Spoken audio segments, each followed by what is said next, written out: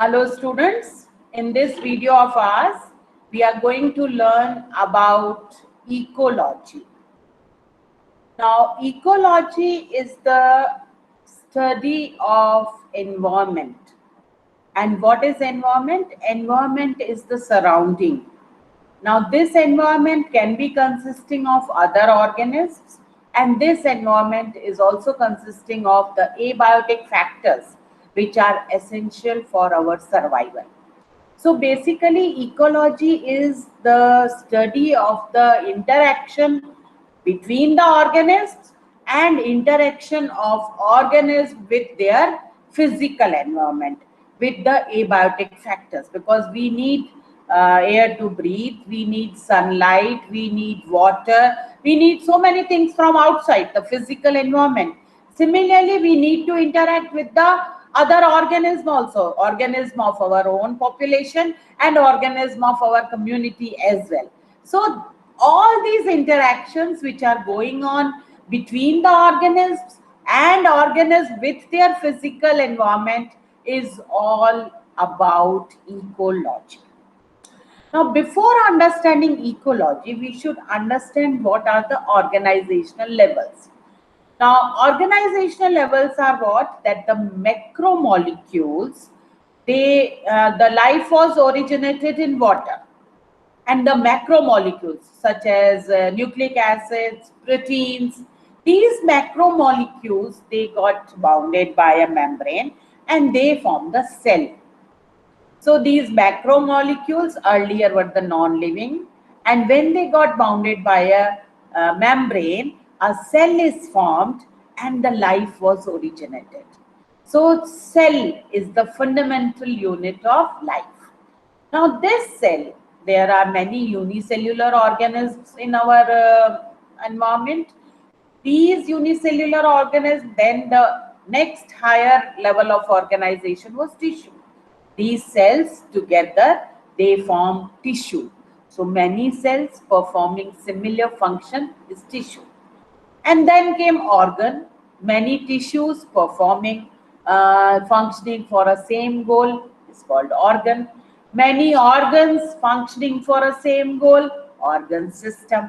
And many organ systems in an individual is an individual, a complex individual in this living world who is having organ system level of organization like human beings, and all organ systems are interacting with each other and they are resulting in one individual, one human being or any individual organism. Now, from till here it's okay. Till here the environment is internal and the interaction is also internal. But once the individual is formed, once an organism is there, whether it is a cellular level of organization, whether there is a tissue level of organization, or whether there is an organ level of organization, or whether there is an organ system level of organization, this organism needs to interact with the environment for its. So this interaction is ecology. Now, when this organism is interacting with its environment, it requires many things from its environment. So that study is called ecology. Organisms and environment. So when we are studying about organism and environment, that is in ecology in totality. Now, first of all, we will see what are the levels of organization.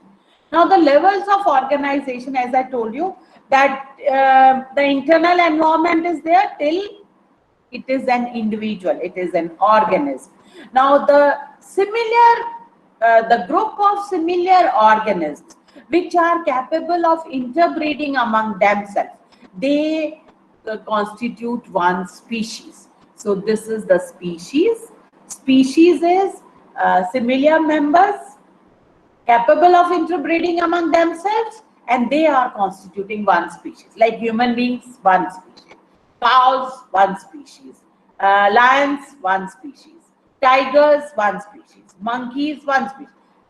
Group of similar organisms, but they should be capable of interbreeding among themselves under natural conditions. Under natural conditions, they are capable of interbreeding among themselves. That is one species. Now, the members of one species is called population. Total number of members of one species is called population. Now, population depends on the place. Population depends on the time. Population, for example, the population of number of organisms of a particular species at particular area and at a particular time, that is called population. So we say population of Jaipur is this, population of Rajasthan is this, population of India is this. So population is one species. When we are talking about population, we are talking about only one species. We have to say population of human beings, population of rabbits, population of mosquitoes, because population is of one particular species. So population is understood. Now this population is not stable because it requires interaction with other organisms as well, the other organisms. So when the organism, one species member are interacting with the other organism of a particular area, then it is called community, biotic community. So this biotic community is consisting of all living members of particular area. So all organisms together is community. Now this community also is not stable because this community requires interaction with the environment. Sunlight, soil, air, forest, all these things are required. So sunlight is required, water is required, soil is required for cultivation of plants. Plants are living, but soil is required for the cultivation of plants. So all the physical factors, all the physical environment surrounding us is interacting with the living world. That it comprises ecosystem. So ecosystem is the system where living things are interacting with the non-living things and they are forming a stable area. An area which is stable, which is interacting among themselves. They are sustaining the life of each other and they are essential for survival of each other, and they all together of one particular area is called ecosystem. Now ecosystem, for example, forest is an ecosystem, pond is an ecosystem. So a particular area where many living organisms are there, which are interacting with the abiotic factors, the physical environment, and that is comprising ecosystem. Now, many ecosystems together are called biomes, different biomes like deserts, the mountains. So all ecosystems present in the desert, all ecosystems present in plains. So they are called biomes, and all biomes together are called biosphere. So biosphere is the largest. What is biosphere? Biosphere is atmosphere, hydrosphere, and lithosphere. Atmosphere is air, hydrosphere is water, and lithosphere is earth. So wherever water, where the living organisms are present, air, where the living organisms are present, and water, where the living organisms are present. So water, air, and earth, wherever the organisms are present, this all is comprising biosphere. So these are the levels of organization. One squirrel is organism, many squirrels, population of organisms, population of squirrels. And now here These squirrels are interacting with other living organisms. So this is community. This is interacting with its physical world, its physical environment. So water is there, sunlight is there, mountains are there. So with the physical environment, they are interacting, living with non-living. And this is ecosystem. Then cells, group of cells, tissues, group of tissues, organs, group of organs, organ system, group of organ system, and individual. And then population is group of similar species, members of similar species, then biological community, then ecosystem, and ecosystem landscape. Landscape is an area which is between ecosystem and biome. Biome is a larger area, ecosystem is a comparatively smaller area, and landscape is in between them. It is area wise. And then biosphere. So the ultimate visual, then this is the population, the members similar, then this is community, many living organisms, and then when they are interacting with physical world, it is ecosystem, then biome, and ultimately the biosphere. Crocodile is the organism, this is the population of crocodile, and this is the community, the crocodile with eagles, vultures, fish, ducks. So this is the community, tortoise. So this is the community with all other living organisms. And then this is ecosystem, when there is interaction of these with their physical environment. This is ecosystem. And after ecosystem, the many ecosystems, they comprise bio. Ecology deals with interactions among different organisms and their environment. Now, organisms get adapted to their environment. You have studied about adaptation since 6th class. The fish have fins to swim. The cactus has, the leaves are converted into spines. So these are all adaptations.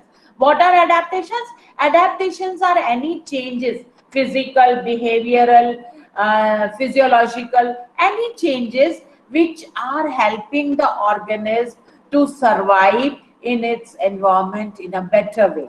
That is called adaptation. So all organisms, they get adapted to their environment for their survival and reproduction. Two things are important. They should be able to survive, and the most important another thing is that they should be able to reproduce. Now the rotation of the earth about its axis brings about changes in the environment. The earth is, the planets are rotating around the sun, and the earth is also, the rotation is there and revolution is there. So all these are leading to the different seasons. So changes in the environment and different seasons. Now this leads to formation of various biomes. What are these biomes? Deserts, grasslands. Because at one place the temperature would be very high, the water availability will be less. At one place the temperature is very low and the availability of water is more. So depending on the temperature and precipitation. Precipitation is what? The rainfall as well as snowfall. So precipitation and temperature. These two are the major factors which decides that what kind of biome will be formed. Now life not only exists in favorable habitats but also in harsh and extreme conditions. So it is not always that all the time the environment is conducive for the organism. At many times the environment is very harsh and extreme also. We have seen that bacteria, they are surviving in all different kinds of, that's why they form spores. So that is an adaptation. Every organism has adapted to survive in the difficult circumstances, in the stressful circumstances. So these are the adaptations, but we see life in the thermal hot springs, we see life in the compost pits, we see life even in our intestine. In our gut, it's our intestine, our gut is habitat of many microorganisms. So there are various types of habitats where we can form the living organism. Now the environment of an organism can be divided into two, abiotic and biotic. Now first we will discuss about abiotic. Abiotic is some of the major abiotic factors that interact with the organism are temperature. Now, temperature is the most relevant abiotic factor since all organisms require an optimum temperature for their metabolism and other body functions. You take example of yourself. We all require a good temperature. If it is very hot, we cannot focus on our work. We cannot work properly. We feel uncomfortable. And when the temperature is very less, then also it's not very conducive for us, not comfortable for us. So what we do, we make our environment. We use ACs. We use heaters to keep the temperature optimum for our metabolism and other body functions. So depending upon their ability to tolerate temperature range, organisms can be divided into two, stenothermal and eurythermal. Steno means the organism which can survive or they feel comfortable only in a narrow range of temperature. And eurythermal are the organisms which can tolerate a wide range of temperature. So obviously the eurythermals are more competent to survive in any kind of temperature. Then water. Water also is a major influencing factor. Life on earth is impossible without water, as it forms the major constituent of all living cells. We know that. In oceans, where quantity of water is not a limitation, the quality of water becomes one. Because in ocean also doesn't matter, water everywhere, not a drop to drink. So because of the salinity, because of the pH, because of the temperature factors, these are the factors which make water unsuitable. It's not suitable. It is not suiting for many organisms. So depending upon the ability of the aquatic organisms to tolerate the salinity. What is salinity? The solutes, the salts which are present in the water. So the organisms can be divided into two, stenohaline and euryhaline. Stenohaline are the organisms which can survive only in a narrow range of salinity, and euryhaline are the organisms which can tolerate to wider range of salinity.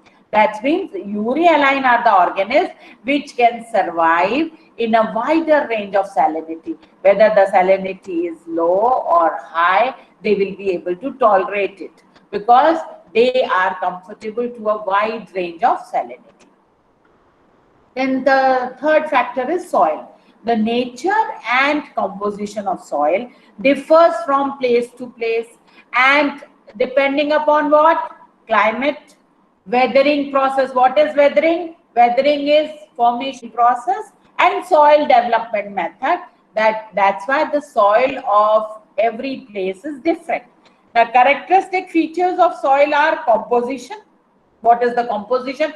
Different particles, grain size are there, particles are different. Clayey soil is there, sandy soil is there.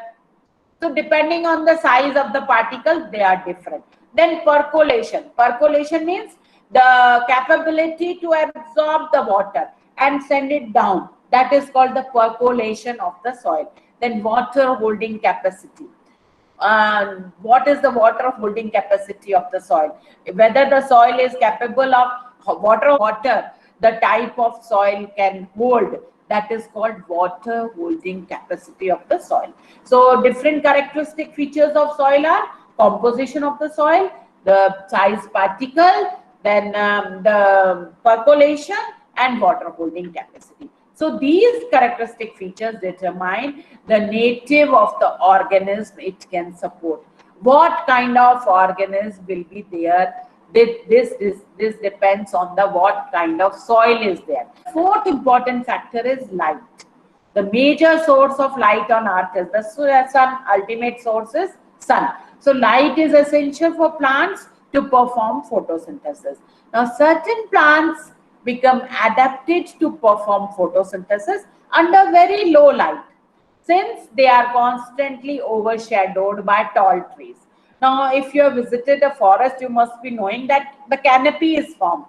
The tall trees, and these tall trees, they almost cover the small trees, small plants which are growing below. So it is difficult for those small plants to get the sunlight for the process of photosynthesis. So they are adapted to perform photosynthesis under very low light, because they are always overshadowed by the tall trees. So it depends on your environment, what would be the characteristic features, what would be the species of organisms which can survive there. Many plants also depend on light for their flowering. Photoperiodism, you have learned in 11th. Photoperiodism is a very important factor. What time the flower will bloom, what time the fruit will ripe. So all these things depend on the period of the light which is available to the plant. The availability of light on land is comparatively higher than that in water, because in water the availability of light is less. So access to abiotic factor. Now, before this, I want to show you that how the temperature is affecting. See, this is your NCERT diagram. This is the annual temperature here, and this is annual precipitation. That is the rainfall or snowfall. So depending on the temperature and rainfall and snowfall, precipitation, the different biomes are formed on Earth. This is the Arctic and Alpine tundra. There the temperature is very less, and the precipitation is also moderate. Then coniferous forest, temperature is moderate, then this precipitation is also moderate. Then there is desert. So this desert is temperature very high and precipitation very low. Then this grassland, temperature high and precipitation also moderate. Then there is temperate forest, good precipitation. And the best precipitation is the tropical forest. That's why, because of the availability of the water, the tropical rainforest is the place, is the biome where you will find the biodiversity at its best. So we will find all organisms, in order to sustain maximum functionality, maintain a constant internal environment. Now, everybody wants to be comfortable, and everybody wants to maintain a constant environment for himself, for homeostasis. What is homeostasis? Homeostasis is constant internal environment. So, wherever the organism is comfortable, or the conducive environment for the organism is there, the organism wants to be in that. For example, take a simple example. We are very much energetic and focused when the temperature is between 25 to 28. But in summers, we feel uncomfortable. So we use ACs. In winters, we feel uncomfortable. So we use heaters. Why we are using this? Because to make our external environment constant. Similarly, every organism wants to maintain and have the constant internal environment. Internal means within the body, and that is called homeostasis. An organism may adopt one of the following strategies for homeostasis. Now, what will the organism do to have the homeostasis? That means what would the organism do or adapt to have a constant internal environment? Now, four things the organism can do. One is regulate. That means the organism is capable of regulating the environment. For example, warm-blooded animals, we mammals, aves, birds, we have a constant body temperature. So, doesn't matter whatever the outside temperature is, our body temperature always remains same, that is 37 degrees Celsius. If it is very hot, then to maintain that, we sweat a lot. And this sweating has an evaporation effect like desert coolers, and our body cools down. When it is very cold, then what happens? We start shivering, we start doing this. So that produces energy. So we maintain the constant temperature. So regulate are the organisms which are maintaining their internal environment.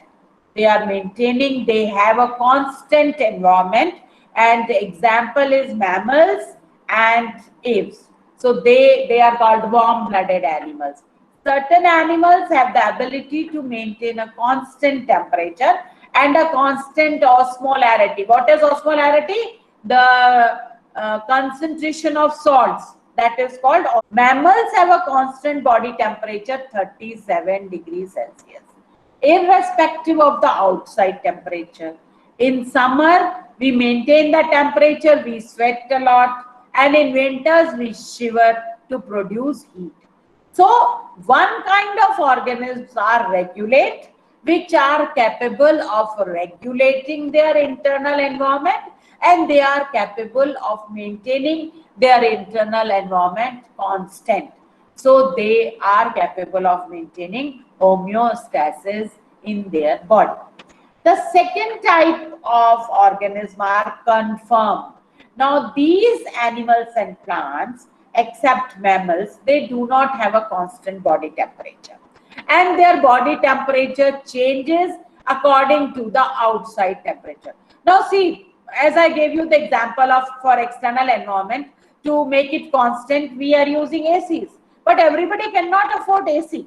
Everybody cannot afford heaters. So what they are doing is, they are conforming to the environment. Means they are in the same environment, they are not doing anything about it, but they are surviving in that only. Maybe with the less energy, or maybe with less functional capability, but they are surviving that in that only.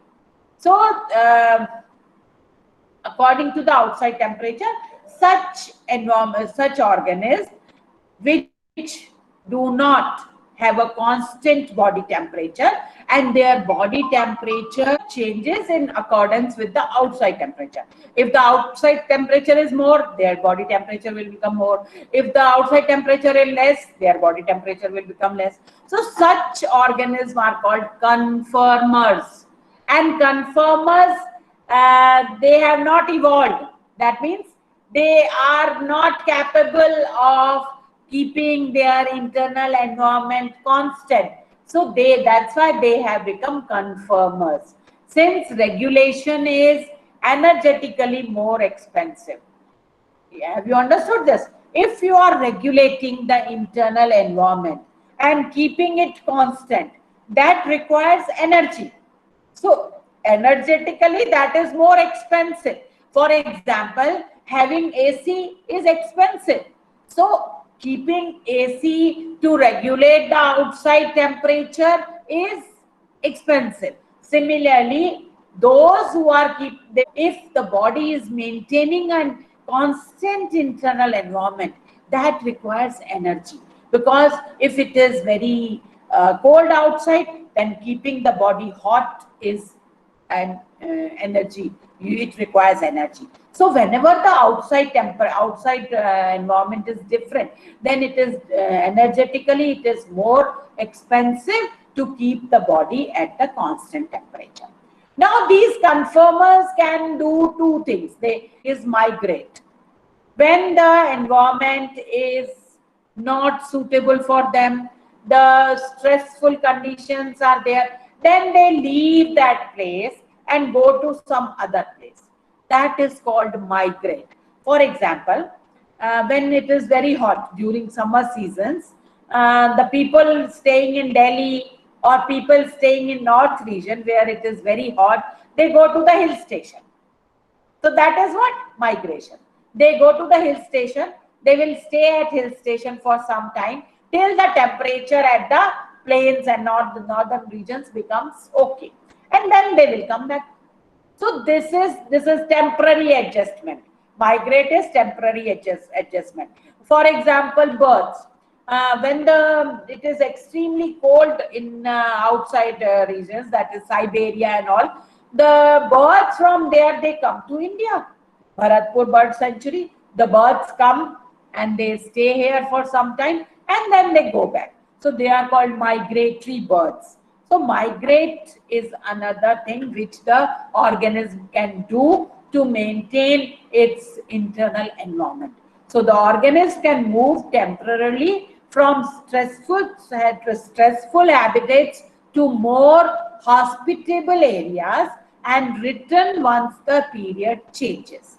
Birds can migrate from cold regions to relatively warmer regions during winter and vice versa during summers. So this is how, when the environment is not conducive, temperature is not conducive, move to the place where the temperature is good.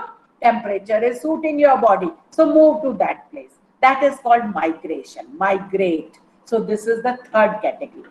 Now fourth is suspend. When they cannot migrate, when they cannot confirm, and they are not regulating, so they will suspend. Suspend means they will, for some time, they will cease all their activities and they will become metabolically inactive. Like you must have seen the seeds. Now what is seed? Seed is the dormant period is there where the embryo is present, but it is in the dormancy. The seed will not germinate. It will germinate only when there are conducive conditions. So that is suspend. The bear in the colder region, they go inside and that is they hibernate. They hibernate, they become inactive and they utilize the body fat for the energy which they require, and that sleep, winter sleep, is called hibernation. So this is called suspend. That means temporarily you have suspended the metabolical activities of your body. So some organisms cease to be metabolically active during stressful period. They suspend all their activities and they enter a period of dormancy. Dormancy means the inactive stage. And for example, spores in bacteria. In lower plants and bacteria, when the conditions are not suitable, conditions are stressful, in extreme conditions, they form spores.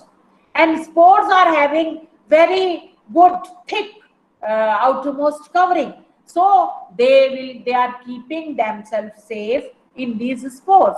And these spores burst open when the favorable conditions arrive, and then they can give rise to the plant, bacteria, whatever is the case. Then hibernation, as I told you, winter sleep, the bear, the polar regions, polar bears and all, during extreme cold, they hibernate. So they go inactive, and that is called winter sleep. Then there is estivation. Estivation is the summer sleep. Fish, then snails, during extreme summer, during extreme heat, they go into the inactive phase, and that is called estivation. And similarly, the zooplanktons, they also go into the inactive phase, and that is called diapause. So hibernation, estivation, and diapause, these are all stages where different organisms, they suspend their metabolic activities because they are not capable of coping up with that stressful environmental condition. So they suspend their metabolic activities and they will wait till the conducive conditions arrive. So either they are regulating, or they are confirming, or they are migrating, or they are suspending. So these are the four things which the organisms are. This is the internal level and this is the external level. That means the external environment and internal environment. Now regulators is this straight line. That means they are constant. Whatever is the external level, their internal level will remain constant. So internal is constant and external is, even if it is changing, the internal will remain constant. So this is the line, graph line for the regulators. Now this is the graph line for the conformers. This means whenever there is change in the external environment, there is change in the internal also. So this is the graph line for the conformers. And this is the graph line for the partial regulators. Partial regulators means they are capable of regulating their internal environment, but not completely. So this is what this is. They are changing their internal, and whenever there is change in the external, their internal level is changing. But at some stage, they become constant. They will, in order to make them survive and reproduce in their habitat in a better way. So adaptations are certain characteristics that organisms develop in order to survive and reproduce better in their habitat. For example, winters we wear sweaters. So wearing sweater is what? An adaptation. We started using blankets. In summers we use very light and cotton cloths. So these are all adaptations.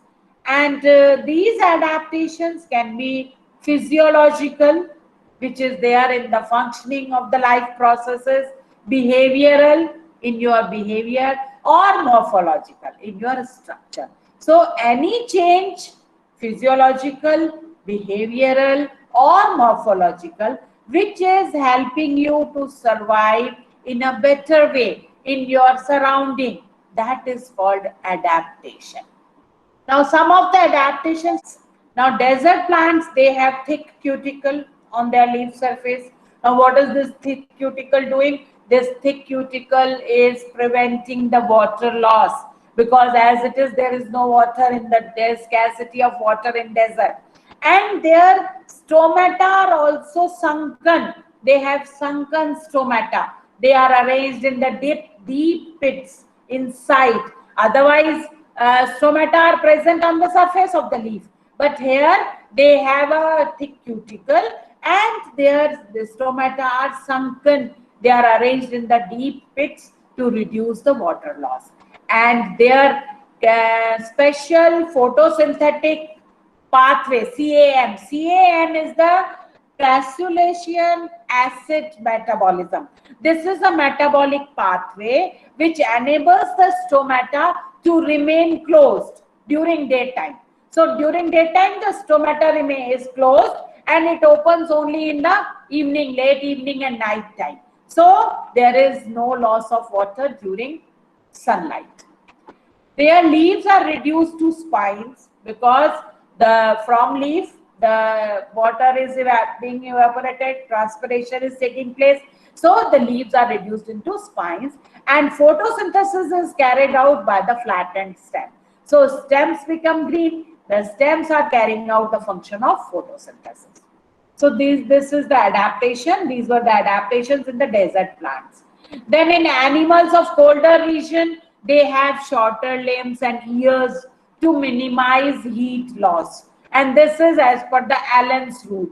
Allen was a scientist and he gave this rule that depending on the some mathematical calculations, that whenever the surface area is more in smaller organisms, and surface area as per the volume of the body.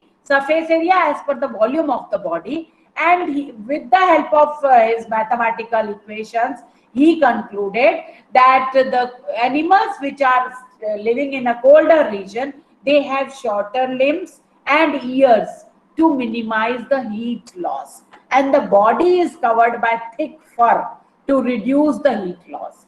Their body has a thick layer of fat, this is called blubber, below their skin that acts as an insulator to minimize heat loss. So these are the adaptations which are found in the polar regions, in the organisms which are staying in the cold regions. In cold regions, you will not find small animals. You will find all big animals. The reason is the ratio of surface area from the volume of the body. So that's why you will not find smaller organisms in cold regions. Now, people living in high altitudes, those who are living in hills, mountains, they have high RBC production. Why? Because as we go up, the atmospheric pressure, because of the atmospheric pressure, is lower as we go up. So the oxygen concentration is less. That's why people have altitude sickness. The nausea is there, the vomiting is there. These all are the altitude sickness. And because of the less concentration of oxygen in their body, after some time, suppose they are staying there for a longer period of time, they get acclimatized. Acclimatize means they get used to that kind of environment, and their body starts producing high number of RBCs, so that the hemoglobin is more and they can have good oxygen level in their body. So increased breathing rates and high RBC production. This is the adaptation in people who are living in. Then in desert animals, they are capable of burrowing, like kangaroo rat. The desert animals, they burrow down to escape the heat. And in addition, desert animals such as kangaroo rat are able to meet their water requirement through internal fat oxidation.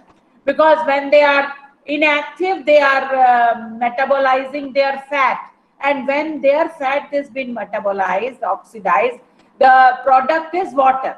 So they are having that water. So they also have the ability to concentrate their urine. So their urine is not is in the dilute form. They are excreting concentrated urine to prevent the loss of water from the body. So these all are the adaptations which are found in the desert animals, desert plants, animals which are staying in the polar regions, very cold regions. So these are all called adaptations, which are the changes which are helping them to survive in their environment in a better way, and also able to reproduce. They are able to reproduce.